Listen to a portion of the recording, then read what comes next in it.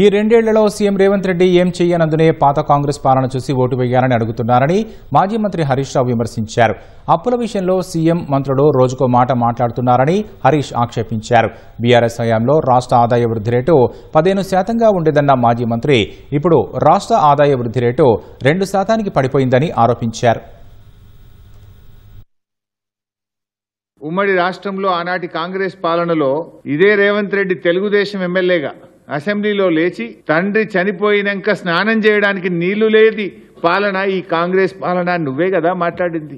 నాటి కాంగ్రెస్ పాలనలో 6 గంటల కరెంట్ రాలేదు. నీ ఊర్లో అడుగు 24 గంటల కరెంట్ ఇచ్చింది కేసీఆర్ గారు. ఏదో పాత కాంగ్రెస్ పాలన చూసి ఓట్లేయిందంటే ఇక్కడ ఎవరు నమ్మడానికి చెవులేమన్నా క్యాలీఫ్లవర్లు పెట్టుకున్నారనుకుంటున్నావా? ఇవన్నీ నేను తప్పు మాట్లాడినా తప్పయింది అని చెంపలేసుకొని క్షమాపణ చెప్పి నాటి కాంగ్రెస్ చూసి ఓట్లేయమని నువ్వు క్లెయిమ్ చేసుకో. ఈ రేవంత్ రెడ్డి ఎటువంటి తినే కంచంలో మట్టి పోసుకునే రకం. కేసీఆర్ గారు చేసిన ప్రతిదాన్ని ఉపయోగించుకుంటావు, మళ్ళీ పైకేళ్ళు మాట్లాడతావు. రాష్ట్ర ప్రభుత్వ సొంత ఆదాయ వనరుల వృద్ధి రేటు 15%. నువ్వు వచ్చినాక ఎందుకు పడిపోయింది? మరి అదే బీఆర్ఎస్ టైం +33%, ఇండియాలో టాప్.